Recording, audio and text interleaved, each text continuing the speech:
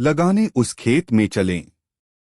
आखिर देखें तो सही कि महात्मा की कही बात सच है या नहीं। पढ़े स्वर्ग की यात्रा अकबर बीरबल की कहानी।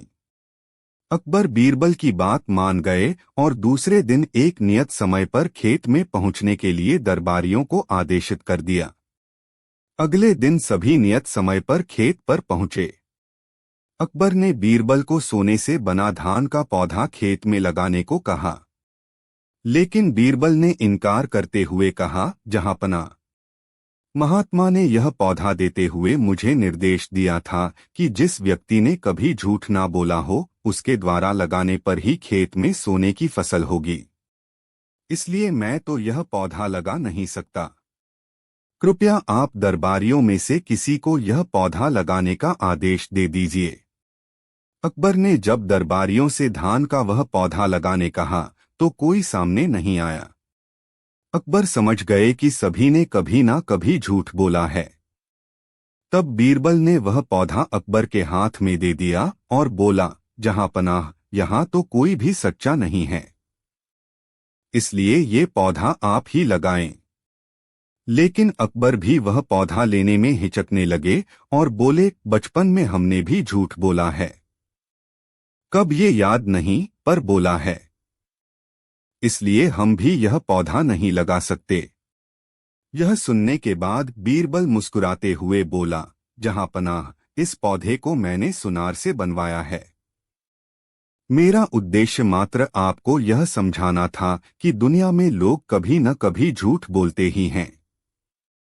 जिस झूठ से किसी का बुरा ना हो वह झूठ झूठ नहीं है। अकबर बीरबल की बात समझ गए थे। उन्होंने उसे वापस दरबार में स्थान दे दिया और सेवक की फांसी की सजा माफ कर दी। अकबर अपने महल को बहुत ही सुंदर देसी विदेशी बेशकीमती सजावटी वस्तुओं से सजाकर रखता था। उनमें से एक गुलदस्ता अकबर के दिल के बहुत करीब था। वे उसे बहुत ज्यादा पसंद करते थे।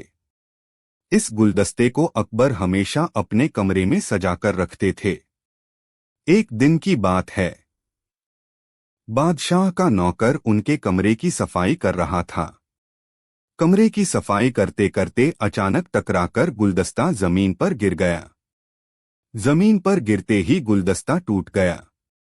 नौकर उस गुलदस्ते को पहले जैसा करने की बहुत कोशिश किया, मगर वह नाकामयाब रहा। वह घबराकर गुलदस्ते को कूड़ेदान में फेंक दिया और दुआ करने लगा कि इस बात की भनक बादशाह को न लगे। बादशाह अकबर दरबार से लौटकर जब अपने कमरे में लौटे तब वे अपना प्रिय गुलदस्ता को अपने कमरे में नहीं पाया। उन्होंने नौकर को बुलाकर गुलदस्ते के बारे में पूछा, मेरा प्रिय गुलदस्ता किधर है? नौकर यह सुनकर डर से कांपने लगा। नौकर को कोई बहाना नहीं सूझा। उसने जल्दबाजी में कह दिया कि गुलदस्ते को वह अपने घर ले गया है ताकि उसे अच्छे से सफाई कर सके। यह सुनते ही अकबर बोले, वह गुलदस्ता मेरे कमरे में जल्दी ही लाकर सजाया जाए। नौकर के पास अब सच बोलने के सिवा कोई चारा नहीं बचा था। उसने सब सच सच बता दिया कि वह गुलदस्ता सफाई करने के दौरान मेरे से टूट गया। यह सुनकर बादशाह गुस्से से बौखला गया।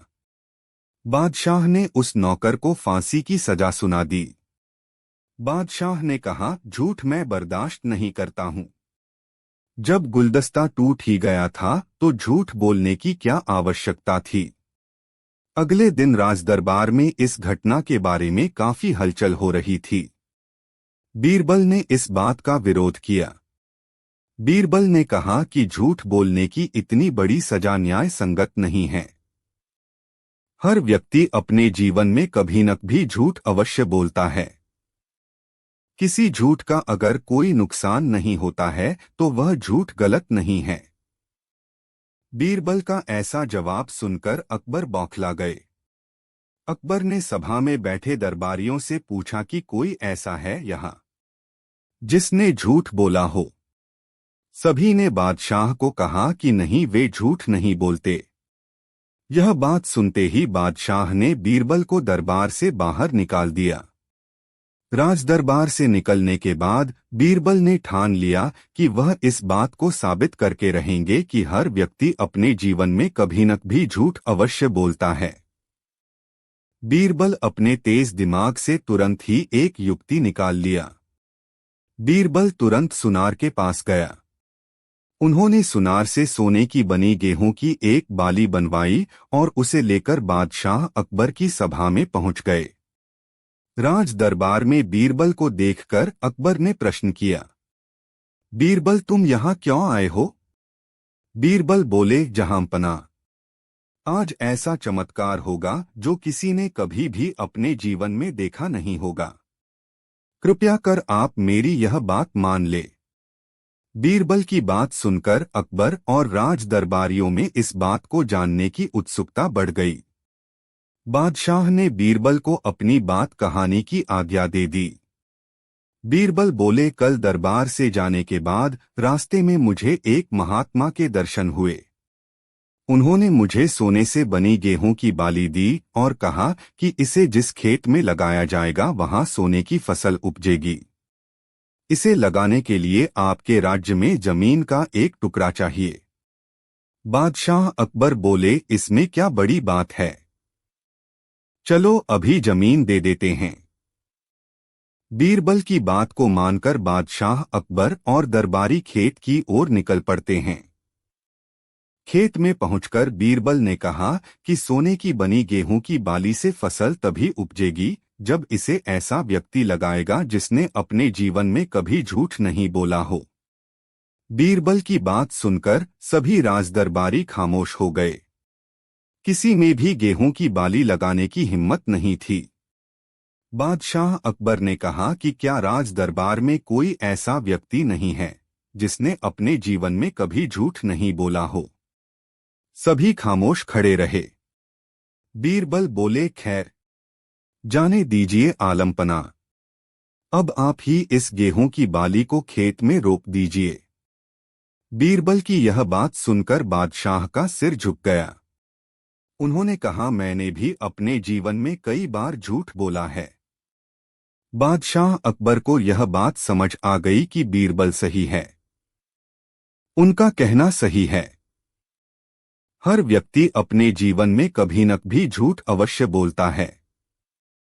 इस बात का एहसास होते ही बादशाह ने नौकर की फांसी की सजा माफ कर इसके बाद उसने दोनों शहजादों को कलहंस का एक एक पंजा दे दिया और कहा, आप दोनों बादशाह के तख्त के वारिस हैं। पंजा खाकर आप राजगद्दी पर मजबूती से पांव जमा सके। कलहंस के सीने और टांगों का गोश्त ही बाकी बच गया था। मुल्ला अपनी बात जारी रखते हुए बोला, किसी भी मुल्क की जनता ही उस मुल्क का सीना और पाँव होती है। जनता की मेहनत और लगन से कोई भी मुल्क आबाद और धनवान बनता है। जब कोई बादशाह और उसके वारिस ही जिस मुल्क की जनता का दिल और टांगे खाने लगे तो ऐसा समझना चाहिए कि मुल्क के शासक के दिन जल्दी ही लगने वाले हैं। इस लिहाज से यदि इस कलहंस का सीना और टांगे हमारे बादशाह या उनके परिवार खाता है तो यह एक अपशगुन होगा। बेहतर यही है कि उसे मैं यानी इस मुल्क की जनता मुल्ला नसरुद्दीन खाए। यह कहता हुआ वह उस कलहंस के सीना और टांगों का गोश्त उठाकर राजमहल से बाहर चला गया। बाहर बैठकर वह बड़े ही मजे से गोश्त खाने लगा। बादशाह अकबर अपने दरबार में बैठे थे कि तभी उनकी नजर एक मंत्री पर पड़ी। वह मंत्री बहुत करो कि 100 सिक्के मुझे इस जीवन में ही मिले, 100 सिक्के दूसरी दुनिया में मिले और आखिरी 100 सिक्के न यहाँ मिले और न वहाँ मिले। अब बादशाह की इस पहेली ने मंत्री को असमंजस की स्थिति में डाल दिया। बीरबल कुछ देर बाद उसकी रातों की नींद हराम हो गई। को पूरा कर यह देख मंत्री की पत्नी ने कहा, आप परेशान क्यों हैं? वे 3 चीज किस प्रकार? मंत्री ने राजा की पहेली वाली बात बताई और कहा कि उनकी इस पहेली ने दुविधा में फंसा दिया है। कर दिए जो इस दुनिया। मंत्री की पत्नी ने उनको सुझाव दिया कि क्यों न बीरबल से सलाह ली जाए। को दान में दे दिया। पत्नी की बात सुनकर वह बीरबल के पास पहुंच गया। की चीज है। बीरबल ने सारा किस्सा रुपया से मैं जुआ में दाव लगा दिया और उस जुए में मैं हार गया। इस तरह से जुए में दाव लगाया हुआ रुपया वह तीसरी चीज है जो ना यहाँ मेरे काम आई और ना वहां, जो जन्नत में भी मेरे नसीब नहीं आएगी। बीरबल की चतुराई पूर्ण बातें सुनकर राजा के साथ साथ वह मंत्री भी खुश और संतुष्ट हो गया। मंत्री की यह बात समझ में आ गई कि क्यों महाराज सारे महत्वपूर्ण कार्य बीरबल को देते हैं। ये कहानियां भी पढ़ें भी बुद्धिमत्ता, चतुराई और हाजिर जवाबी की बात होती है तो सबसे पहला नाम बीरबल का आता है। वहीं अकबर बीरबल की जुगलबंदी किसी से छुपी नहीं है। ऐसा कहा भी जाता है कि बीरबल को बादशाह अकबर के नवरत्नों में से एक अनमोल रत्न माना जाता था। अकबर बीरबल से जुड़ी ऐसी कई कहानियां हैं जो हर किसी को गुदगुदाती हैं, साथ ही एक खास सीख भी दे जाती हैं।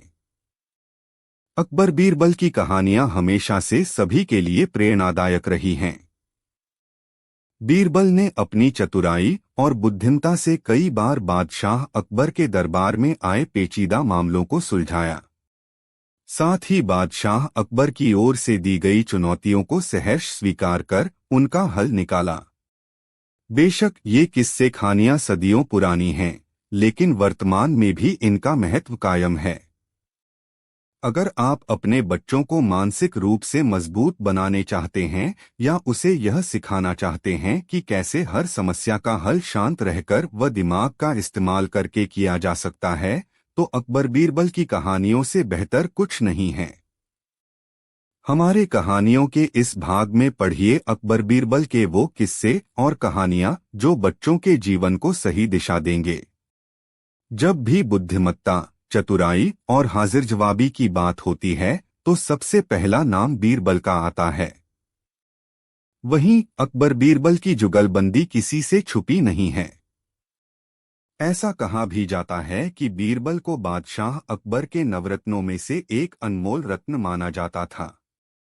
अकबर बीरबल से जुड़ी ऐसी कई कहानियां हैं जो हर किसी को गुदगुदाती हैं, साथ ही एक खास सीख भी दे जाती हैं।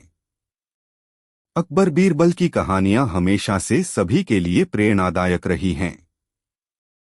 बीरबल ने अपनी चतुराई और बुद्धिमत्ता से कई बार बादशाह अकबर के दरबार में आए पेचीदा मामलों को सुलझाया। साथ ही बादशाह अकबर की ओर से दी गई चुनौतियों को सहर्ष स्वीकार कर उनका हल निकाला। बेशक ये किस्से कहानियां सदियों पुरानी हैं, लेकिन वर्तमान में भी इनका महत्व कायम है। अगर आप अपने बच्चों को मानसिक रूप से मजबूत बनाने, राजा अकबर और सभी सभापतियों की जिज्ञासा बढ़ गई और राजा ने बीरबल को अपनी बात कहने की अनुमति दे दी। बीरबल बोले, आज मुझे रास्ते में एक सिद्ध पुरुष के दर्शन हुए। उन्होंने मुझे यह सोने से बनी गेहूं की बाली दी है और कहा कि इसे जिस भी खेत में लगाओगे वहां सोने की फसल उगेगी। अब इसे लगाने के लिए मुझे आपके राज्य में थोड़ी सी जमीन चाहिए। राजा ने कहा, यह तो बहुत अच्छी बात है, चलो हम तुम्हें जमीन दिला देते हैं। अब बीरबल कहने लगे कि मैं चाहता हूं कि पूरा राज दरबार यह चमत्कार देखे।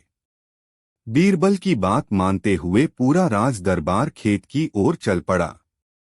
खेत में पहुंचकर बीरबल ने कहा कि इस सोने से बनी गेहूं की बाली से फसल तभी उगेगी जब इसे ऐसा व्यक्ति लगाए जिसने जीवन में कभी झूठ न बोला हो। बीरबल की बात सुनकर सभी राजदरबारी खामोश हो गए और कोई भी गेहूं की बाली लगाने के लिए तैयार नहीं हुआ। राजा अकबर बोले कि क्या राजदरबार में कोई ऐसा व्यक्ति नहीं है जिसने अपने जीवन में कभी झूठ न बोला हो। सभी खामोश थे। बीरबल बोले, जहां पनाह, अब आप ही इस बाली को खेत में रोप दीजिए। बीरबल की बात सुनकर महाराज का सिर झुक गया। उन्होंने कहा, बचपन में मैंने भी कई झूठ बोले हैं, तो मैं इसे कैसे लगा सकता हूँ। इतना कहते ही बादशाह अकबर को यह बात समझ आ गई कि बीरबल सही कह रहे थे कि इस दुनिया में कभी न कभी सभी झूठ बोलते हैं। इस बात का एहसास होते ही अकबर उस सेवक की फांसी की सजा को रोक देते हैं। कहानी से सीख, बिना सोचे समझे किसी को बड़ा दंड नहीं देना चाहिए। हर काम को सोच विचार कर ही किया जाना चाहिए। साथ ही एक छोटे से झूठ की वजह से किसी व्यक्ति का आकलन भी नहीं किया जाना चाहिए, क्योंकि कुछ परिस्थितियां ऐसी होती हैं कि लोग झूठ बोल देते हैं। महाराजा अकबर बीरबल की हाजिर जवाबी के बड़े कायल थे। उनकी इस बात से दरबार के अन्य मंत्री मन ही मन बहुत जलते थे। उनमें से एक मंत्री, जो महामंत्री का पद पाने का लोभी था, ने मन ही मन एक योजना बनाई। उसे मालूम था कि जब तक बीरबल दरबार में मुख्य सलाहकार के रूप में है, उसकी यह इच्छा कभी पूरी नहीं हो सकती। एक दिन दरबार में अकबर ने बीरबल की हाजिर जवाबी की बहुत प्रशंसा की। यह सब सुनकर उस मंत्री को बहुत गुस्सा आया। उसने महाराज से कहा कि यदि बीरबल मेरे 3 सवालों का उत्तर सही दे देता है तो मैं उसकी बुद्धिमत्ता को स्वीकार कर लूंगा, और यदि नहीं तो इससे यह सिद्ध होता है कि वह महाराज का चापलूस है। अकबर को उदास लग रहा था। अकबर ने उसकी उदासी का कारण पूछा। तब मंत्री बोला, आप सारे महत्वपूर्ण कार्य बीरबल को सौंप देते हैं, जिससे उसकी महत्ता बढ़ जाती है। इस वजह से हम अपनी प्रतिभा को आपके सामने ला नहीं पाते हैं। मंत्री की यह बात सुनकर अकबर ने उस मंत्री को 3 रुपए दिए और कहा कि आप बाजार जाकर इन 3 रुपयों को 3 चीजों पर समान रूप से खर्च करें, यानी कि हर एक चीज पर 1 रुपए खर्च करनी है। लेकिन उसके साथ शर्त यह है कि पहली चीज यहाँ की होनी चाहिए, दूसरी चीज वहां की यानी जन्नत की होनी चाहिए, तीसरी चीज न यहाँ की होनी चाहिए और न वहां की होनी चाहिए। मंत्री अकबर से 3 रुपए लेकर बाजार निकल पड़ा। उसकी समझ में नहीं आ रहा था कि अब वह क्या करे। वह एक दुकान से दूसरे दुकान का चक्कर लगाने लगा, लेकिन उसे ऐसा कोई नहीं मिला जो इस शर्त के मुताबिक 1 रुपया वाली 3 चीज दे सके। वह